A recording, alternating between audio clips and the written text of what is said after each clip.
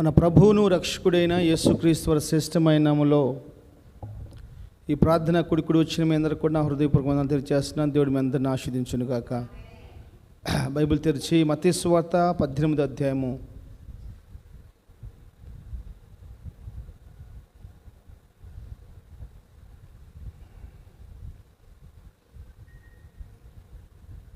ఎనిమిది వచ్చిన చదువుకుందాం. కాగా నీ చెయ్యైనను నీ కాలైనను నిన్ను అభ్యంతరపరచిన యెడల దాన్ని నరికి నీ యొద్ద నుండి పారవేయము. 2 చేతులను 2 పాదములను కలిగి నిత్యాగ్నిలో పడవేయబడ్డ కంటే కుంటివాడుగానో అంగహీనుడుగానో జీవములో ప్రవేశించడం నీకు మేలు. నీ కన్ను నిన్ను అభ్యంతరపరిచిన యెడల దాన్ని పెరిగి నీ యొద్ద నుండి పారవేయము. 2 కన్నులు కలిగి అగ్నిగల నరకములో పడవేయబోట కంటే 1 కన్ను కలిగి జీవములో ప్రవేశించుట నీకు మేలు. చాలు. మహాపరిశుద్ధుడైన తండ్రి, ప్రేమ నమ్మకం కలిగిన మా దేవా, ఈ రాత్రి మీరు మాతో మాట్లాడండి. పరిస్థితులు మాకు అననుకూలంగా ఉన్నాయి. 3 రోజుల నుంచి ఎడతెరిపి లేకుండా భయంకర వర్షాలు పడుతూ ఉన్నాయి. ప్రజలు అతలాకుతలమైపోతూ ఉన్నారు. కానీ అనేక మంది నాయన నీ కృపను బట్టి సంతోషిస్తూ ఉన్నారు. ఈరోజు కూడా మీరు మమ్మల్ని సమకూర్చినారు. ఇది కేవలం నీ కృప. ఈ సమయంలో మాకు వర్షం అడ్డుగా, కరెంటు ఆటంకంగా మీరు లేకుండా చేస్తున్నారు. సహాయం చేయండి. నేను గణపరుస్తున్నాం. ఈ రాత్రి కూడికను బట్టి సిద్ధిస్తుండగా మీ కార్యాలు జరిగించమని యేసు నామములో ప్రార్థన చేస్తున్నాను తండ్రి. ఆమేన్. హల్లెలూయా. దేవుడు వాక్యం ద్వారా మనతో మాట్లాడలాగున్న ప్రభు ఒక్కసారి చూద్దామా?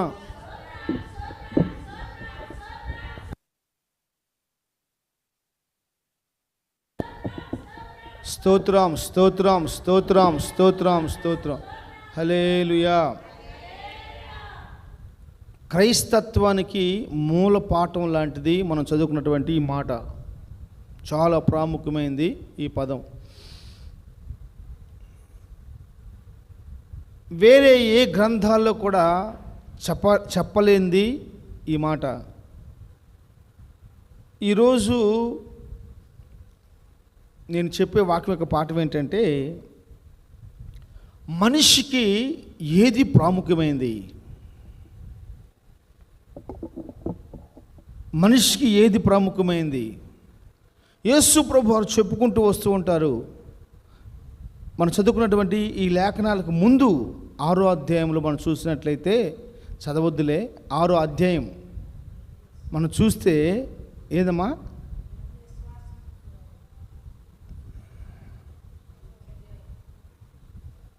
నువ్వు లెగవాలి. నేను 6వ అధ్యాయం అన్నా, నువ్వు అక్కడ ఏలు పెట్టినప్పుడు అర్థమైంది నాకు. 6వ అధ్యాయం చదవద్దులే. 6వ అధ్యాయంలో ఏముంటుందంటే, కొంతమంది అంట వస్త్రాలు ప్రాముఖ్యం అనుకుంటున్నారంట, కొంతమంది తిండి ప్రాముఖ్యం అనుకుంటున్నారంట, కొంతమంది ఇల్లు ప్రాముఖ్యం అనుకుంటున్నారంట. అయితే అవి ప్రాముఖ్యం కాదు అని కాదు. ప్రభు ఏమంటాడు? వస్త్రాల గురించి అయినను, ఆహారం గురించి అయినను, నివాసం గురించి అయినను మీరు చింతించవలసిన అవసరం లేదు. తర్వాత ఆకాశ పక్షులను చూడుడి, ఇత్తవు, కొయ్యవు, కోటలు కూర్చుకొనవు, మీరు పిచ్చుకుల కంటే శ్రేష్ఠులు కారని మాట్లాడతాడు. అయితే మనల్ని ఏం చేయమంటాడు ప్రభు? మొదట చెప్పమా, నీతిని రాజ్యమును వెతకండి, అప్పుడు మీరు సమస్తాన్ని అనుభవిస్తారంతే. ఈరోజు మనిషికి ప్రాముఖ్యమైనది ఏంటి? మనిషికి ప్రాముఖ్యమైనది ఏంది?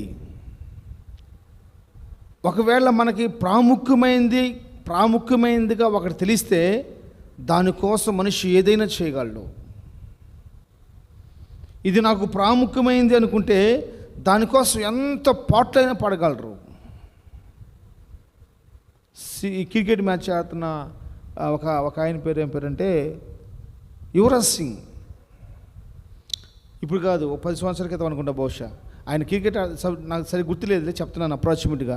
ఆయన క్రికెట్ ఆడుతున్నప్పుడు ఆయనకి బెడ్ క్యాన్సర్. క్రికెట్ ఆడుతూ ఉన్నాడు, అది ఎక్కువైపోయేసేసి నోట్లోంచి ఉమ్ముతుంటే నాకు రక్తం వస్తూ ఉంది. కానీ ఆ రోజు కనుక అతను ఆడపోతే ఆ మ్యాచ్ ఓడిపోయిద్దంట. అసలు ఆయన గురించి గొప్పగా చెప్పుకుంటున్నారు ఈరోజు ప్రపంచం.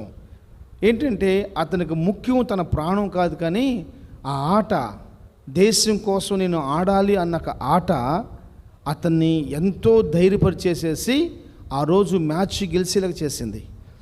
ఈరోజు నేను మాట్లాడుతున్న మాట ఏంటంటే, దేవుడు మనకు చెబుతున్నటువంటి శ్రేష్టమైన మాట ఏంటంటే, మనకేది ప్రాముఖ్యం చెప్పండి? కన్ను ప్రాముఖ్యమా, కాలు ప్రాముఖ్యమా, చెయ్యి ప్రాముఖ్యమా, ఇల్లు ప్రాముఖ్యమా, వస్త్రం ప్రాముఖ్యమా, తర్వాత ఆహారం ప్రాముఖ్యమా? చెప్పండి, ఏది ప్రాముఖ్యం? ఇవన్నీ ప్రాముఖ్యమే, కానీ దీనికంటే నువ్వు వస్త్రం ధరించుకున్నా, నువ్వు ఇల్లు కట్టుకున్నా, నువ్వు ఆహారం తిన్నా, నీ కాళ్ళున్నా, నీకు చేతులున్నా, నీ కళ్ళున్నా, దేనికోసం అంటే ఒక ప్రాముఖ్యమైన దానికోసం. ఆ ప్రాముఖ్యమైనది ఏంటంటే నిత్యరాజ్యం. Praise the lord. ఏంటి ప్రాముఖ్యమైనది? నిత్యరాజ్యం. ఇది ఈ మాట మనిషి యొక్క మనసులోకి వెళ్ళలేకపోతుంది. ఈ మాట మనిషి యొక్క మనసులోకి వెళ్ళలేకపోతుంది. ఆహారం దేనికి? వస్త్రాలు దేనికి? నివాసం దేనికి? కళ్ళెందుకు? కాళ్ళెందుకు? చేతులెందుకు? బైబిల్ ఏం చెప్పిద్దంటే, బైబిలు కొంతమంది ఆహారం మీదే దృష్టి పెట్టి నిత్య రాజ్యాన్ని కోల్పోతున్నారు, పరలోక రాజ్యాన్ని కోల్పోతున్నారు. కొంతమంది ఇల్లు మీద గురిపెట్టి పరలోక రాజ్యాన్ని కోల్పోతున్నారు. కొంతమంది వస్త్రాల మీద గురిపెట్టి పరలోక రాజ్యాన్ని కోల్పోతున్నారు. కొంతమంది కాళ్ళ మీద గురిపెట్టి వాళ్ళ ఇష్టానుసారంగా నడిచి పరలోక రాజ్యాన్ని కోల్పోతున్నారు. వాళ్ళ చేతులకు పనిపెట్టి వాళ్ళ ఇష్టానుసారమైన పనులు చేసుకొని పరలోక రాజ్యాన్ని కోల్పోతున్నారు. వాళ్ళ ఇష్టానుసారమైన చూసి కళ్ళ ద్వారా పరలోక రాజ్యాన్ని కోల్పోతున్నారు. అందుకే దేవుడు ప్రాముఖ్యమైనదని చెప్తాడంటే, మీకు ప్రాముఖ్యమైనది ఏదైనా ఉందంటే ఏంటది? నిత్యరాజ్యము.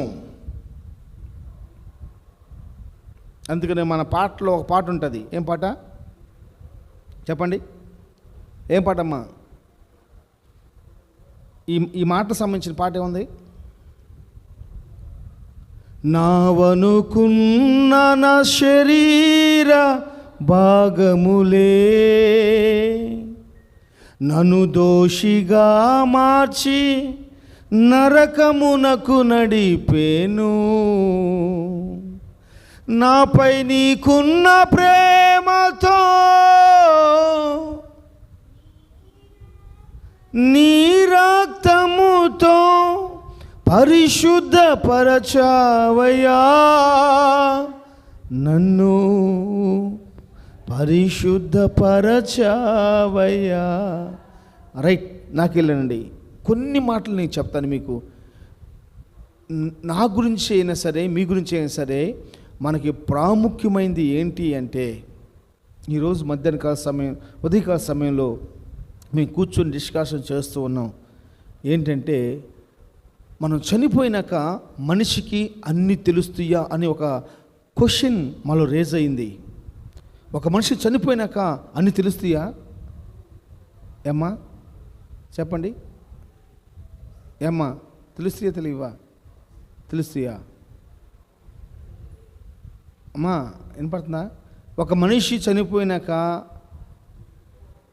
భూలోకంలో జరుగుతున్నవి తెలుస్తాయా తెలియవా? అమ్మా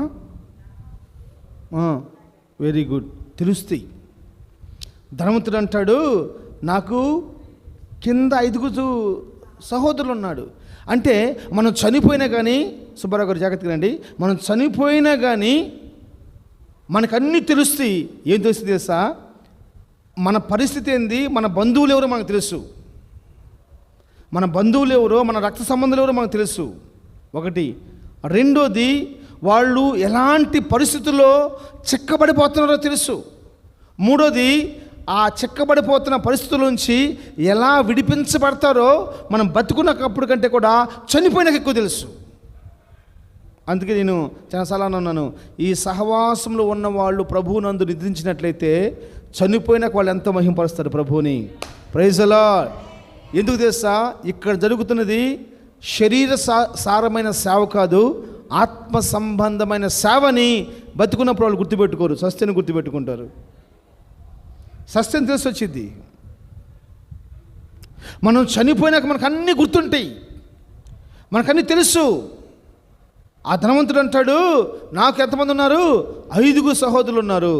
వామ్మో, నేను ఇంటికాడ ఉన్నప్పుడు ఓదా రంగు వస్త్రాలు ధరించుకొని ఇదే చాలా భాగ్యం అనుకున్నాను, ఇదే చాలా ప్రాముఖ్యమైనది అనుకున్నాను, మంచి ఆహారం తిన్నాను, ఇదే గొప్పదనుకున్నాను, మంచి భవనాలు కట్టించుకున్నాను, ఇదే మంచిదనుకున్నాను. కానీ ప్రాముఖ్యమైంది పరలోక రాజ్యం అని నేను తెలుసుకోలేకపోయానయ్యా. అబ్రహామా, తండ్రివైన అబ్రహామా, ప్రాముఖ్యమైనది పరలోక రాజ్యం అని తెలుసుకోలేకపోయాను. అయ్యా, ఇప్పుడేం ప్రయోజనం అయ్యా? మోషే లాంటి సేవకులు ఉన్నారు, ఏలియా లాంటి సేవకులు ఉన్నారు, గొప్ప గొప్ప దైవజనులు. నీకు సత్యాన్ని ప్రకటించలేదా? ఆ సత్యం నువ్వు వినలేదా? దాన్ని నువ్వు అర్థం చేసుకోలేదా? మనోడు ఆ నరకంలో ఉండి, ఆ పరదేశంలో ఉన్న నరకంలో ఉండి మాట్లాడుతూ ఉన్న సత్యం ఇది. ఏది ప్రాముఖ్యమైంది? ఏది ప్రాముఖ్యమైంది? నేను చెప్తున్నాను, ఈ శరీర సంబంధమైనవి ఈ 50 సంవత్సరాలు, 60 సంవత్సరాలు, 70 సంవత్సరాలు, 80 సంవత్సరాలకి అవసరమే కాదంటలేదు. అది కాదు ప్రాముఖ్యమైంది. ఏది ప్రాముఖ్యమైందంటే మనిషి పరలోక రాజ్యంలో ఉండాలి. ప్రాముఖ్యమైన విషయం ఏంటంటే పరలోక రాజ్యంలో ఉండటమే. ఒక దొంగ అడుగుతాడు, నీ రాజ్యంతో నువ్వు వచ్చినప్పుడు నన్ను జ్ఞాపం చేసుకో, నువ్వు నాతో కూడా పరదేశంలో ఉంటావు, నువ్వు నాతో ఉంటావు. ఎంత గొప్ప భాగ్యమ్మా, ఎంత గొప్ప భాగ్యం అండి అసలు ఈ మాట. మన జీవితాలకి ఏది ప్రాముఖ్యమైనదిగా మార్చబడాలి? పరలోకమే ప్రాముఖ్యమైనదిగా మార్చబడాలి. యేసు ప్రభు చెప్తున్నాడు, ప్రాముఖ్యమైనది దానికి ఏదడ్డపడ్డా ఏం చేయాలని సరిగ్గా చెప్పు. ఏం చేయాలమ్మా? పెరిగి వేయాలా? నరుకయి. ఎంత కఠినంగా మాట్లాడాడమ్మా. నువ్వు పరలోక రాజ్యానికి అడ్డపడుతుంది ఏదన్నా ఉంటే అది నీ ఒంట్లోదైనా నీ ఇంట్లోదైనా ఏం చేయాలి? నరికేయి. మనకిష్టమైంది కాదు, మనకిష్టమైంది కాబట్టి దీన్ని నరకకుండా, మనకిష్టమైంది కాబట్టి, మనకిష్టం లేదు కాబట్టి దాన్ని నరకటం కాదు. అది ఏదైనా కావచ్చు, కన్ను, కాలు, చెయ్యి, ఏదైనా కావచ్చు, నరికేయాలంట. దేవుడు అలాంటి కృప నాకు దయచేయను గాక, అలాంటి కృప మీకు దయచేయను గాక, సహవాసానికి దయచేయను గాక, సార్వత్రిక సంఘానికి దయచేయను గాక. Praise the lord. హల్లెలూయా. దాన్ని నరికేసుకోండి, దాన్ని మొదలుతో సహా నరికేసేసేయండి. అలాగనే ఉదయం మళ్ళీ క్వశ్చన్ రేజ్ అయింది. పరలోకంలో ఇప్పుడు పరలోక రాజ్యం వెళ్తాం కదా చనిపోయినాక, మనం ఎలా ఉంటాం? ఇప్పుడు కన్ను అభ్యంతర పడింది కాబట్టి ఈ కన్ను తీసేస్తామా? ఇప్పుడు ఈ కన్ను తీసామనుకో మనం పరలోక రాజ్యం ఎలా వెళ్తాం? రెండు కన్నులు కలిగి నరకంలో ఉండటం కంటే ఒక కన్ను లేకుండా పరలోక రాజ్యంలో ఉండటం బెటరు. 2 కాళ్ళు కలిగి నరకంలో ఉండటం కంటే ఒక కాలు లేకుండా అంగహీనుడివై, ఒక కాలు కాదు, అంగహీనుడివై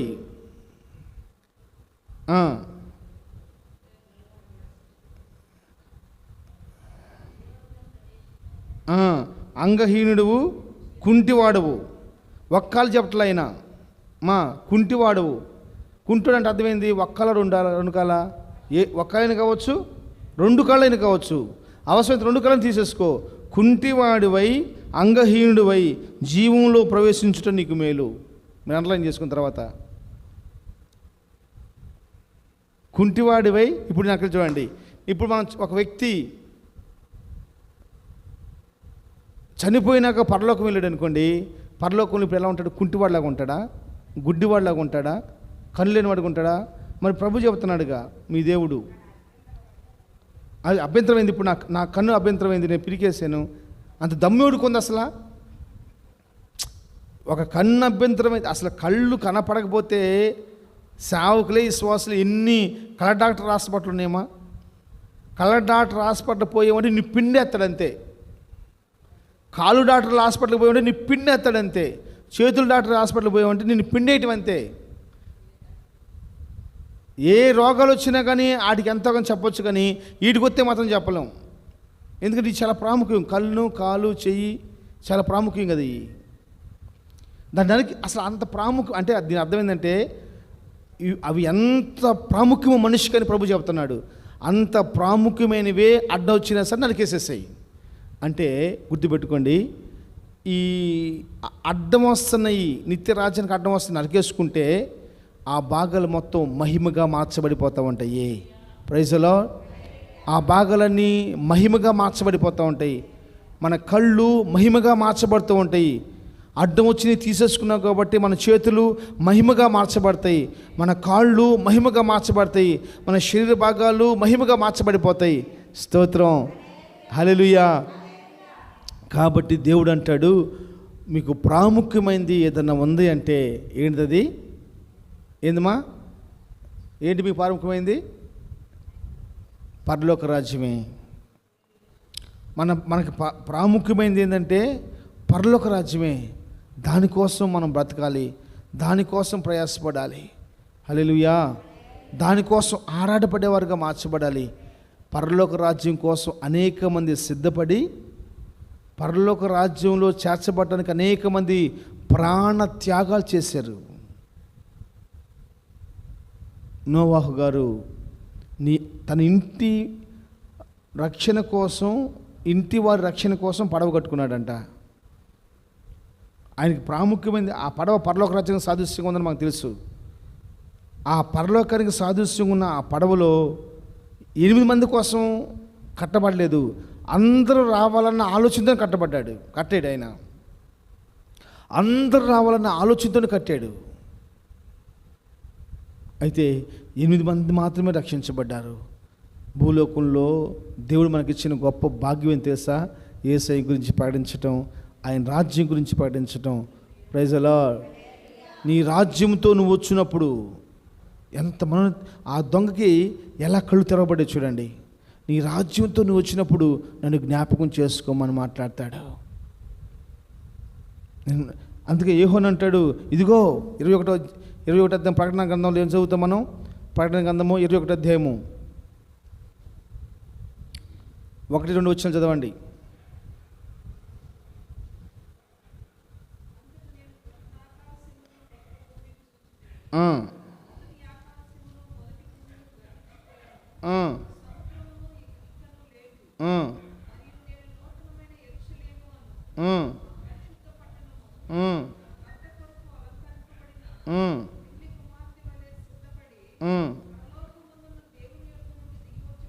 ఆమె చెప్పండి. ఎక్కడి నుంచి దిగి వస్తుందంట? పరలోకం దిగి వస్తుంది. ఈయన దొంగ, అతనికి మారు మనసు రాగానే వెంటనే ఆ మాటలు నోట్లోంచి వస్తున్నాయి. మారు మనసు రాగానే ఆ మాటలు నోట్లోంచి వస్తున్నాయి. ఏ మాటలు? నీ రాజ్యంతో వచ్చినప్పుడు. దొంగేమో మారు మనసు పొందిన వెంటనే చూశాడు, యోహోనేమో కొన్ని సంవత్సరాల తర్వాత ఆ దర్శనం చూస్తున్నాడు. ఆ మాటలు పలుకుతూ ఉన్నాడు. మనకి పరలోక రాజ్యమే ప్రాముఖ్యమైనదిగా మార్చబడాలి. మనకి కుటుంబం చాలా ప్రాముఖ్యమైనది, బిడ్డలు ప్రాముఖ్యమైన వాళ్ళే, వాళ్ళ చదువులు ప్రాముఖ్యమైనవే, మన కళ్ళు ప్రాముఖ్యమైనవే, కాళ్ళు ప్రాముఖ్యమైనవే, చెవులు ప్రాముఖ్యమైనవే, అవయవాలు ప్రాముఖ్యమైనవే, ఆహారం ప్రాముఖ్యమైనది, వస్త్రాలు ప్రాముఖ్యమైనవి, నివాసం ప్రాముఖ్యమైనదే. వాటన్నిటికంటే కూడా ప్రాముఖ్యమైనది పరలోక రాజ్యం. వాటన్నిటికంటే ప్రాముఖ్యమైనది పరలోక రాజ్యం. ఈరోజు దానికి ప్రాముఖ్యత ఇవ్వలేకపోతున్నారు. ఈరోజు దానికి ప్రాముఖ్యత వీయలేకపోతున్నారు. చిన్న జ్వరం వస్తే ప్రార్థన మానుకుంటాం, జలుబు వస్తే ప్రార్థన మానుకుంటాం, వర్షం వస్తే ప్రార్థన మానుకుంటాం, ఎండగాస్తే ప్రార్థన మానుకుంటాం, బట్టలు లేకపోతే ప్రార్థన మానుకుంటాం, ఛార్జీకి డబ్బులు లేకపోతే ప్రార్థన మానుకుంటాం. ఛార్జీకి డబ్బులు లేవంటే ప్రార్థన మానుకున్నారు. ఏంది కారణం? ఎన్ని కారణాలు మా పెళ్ళికి పోవాలంటే 4 రోజుల ముందు పెళ్లి కార్డు ఇచ్చారు, పెళ్ళికి పోవాలని ఎంత ప్రిపేర్ అవుతున్నావు, ఎంత సిద్ధపడుతున్నావు. మరి ప్రార్థనకు పోవాలంటే నా తెలిసిన సహోదరి శుక్రవారం రోజే తయారైద్ది. శుక్రవారం తలకపోసుకొని నీట్గా రెడీ బట్టలను మొత్తం అరేంజ్ చేసి పెట్టుకొని, శనివారం ప్రార్థనకి వెళ్ళడానికి లైట్ కలర్ చీర, ఆదివారం ప్రార్థనకి వెళ్తాను తెల్ల కలర్ చీర మొత్తం అరేంజ్ చేసుకొని నీట్గా పెట్టుకుంటుంది. శుక్రవారం రోజు సాయంత్రం 6-7 గంటలకల్లా రెడీ అయిపోయి ఉంటుంది. మొత్తం రెడీ చేసి పెట్టుకుంటుంది. ఒక టేబుల్ మీద పెట్టుకుంటుంది, ఆమె కావాల్సిన మొత్తం పెట్టుకుంటుంది. శనివారం సాయంత్రం ప్రార్థనకి వెళ్ళి వచ్చింది. ఇక దేని గురించి ఆలోచించాల్సిన అవసరం లేదు, ముందుగానే ప్రిపేర్. ఆమెను అడిగితే ఆమె అంటుంది, నాకు అదే ప్రాముఖ్యం, నా జీవితం అంతమదే. మీరు మీ పిల్లలందరూ బయట ఉన్నారు కదా, మా బయట దేశాల్లో ఉన్నారు కదా, అక్కడ పోయి ఉంటారా? అక్కడ పోయి నేను ఉండను. ఎందుకు తెలుసా? నేను అక్కడికి పోతే ఇక్కడ నా దేవుని మందిరాన్ని కోల్పోతాను. అక్కడ కూడా ఉంటాయి కదమ్మా, అక్కడ కూడా ఉండొచ్చు, కానీ ఇక్కడ నేను అనుభవించే ఆత్మాభిషేకాన్ని నేను అక్కడ అనుభవించలేను. Praise the lord. ఏది ప్రాముఖ్యంగా మార్చబడిపోతుందో చూడండి. మనకి మన బిడ్డలకి పరలోక రాజ్యం ప్రాముఖ్యమైనదిగా మార్చబడునుగాక. నీకు నీ బిడ్డలకి పరలోక రాజ్యం ప్రాముఖ్యమైనదిగా మార్చబడునుగాక. మన ప్రాంత వాసులకి పరలోక రాజ్యం ప్రాముఖ్యమైనదిగా మార్చబడునుగాక. మన దేశ ప్రజలకి పరలోకమే ప్రాముఖ్యమైనదిగా మార్చబడునుగాక. పరలోకాన్ని వాళ్ళు వెతుకుతుండగా సమస్తము వారికి అనుగ్రహించబడునుగాక. ఆమేన్. దేవుడు ఈ మాటల్ని ఆశీర్వదించునుగాక. ఆమేన్.